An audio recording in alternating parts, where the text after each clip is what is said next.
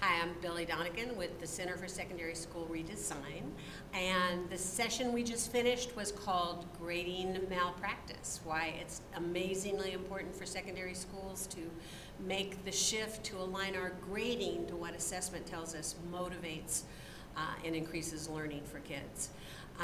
It's a very provocative subject at the secondary level. It's probably the last bastion.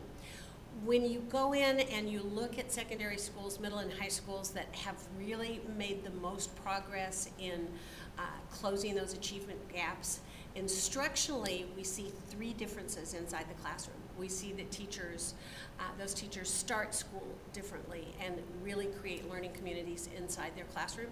We see that schools approach units differently and really have embraced that power standards constructivist design.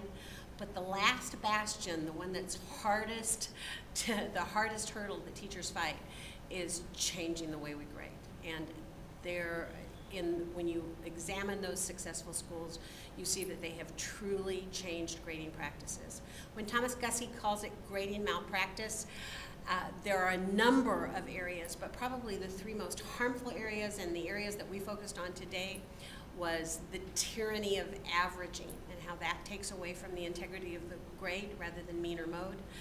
The myth of the zeros and how important it is for us to separate kids who know nothing from kids who do nothing. So that grading isn't just about compliance. And then finally, the importance of replacing new evidence of learning with old evidence, replacing old evidence of learning with new evidence of learning and making it about the destination. Brave, courageous principals were in the room today because it takes courage to face the grading issues on secondary schools.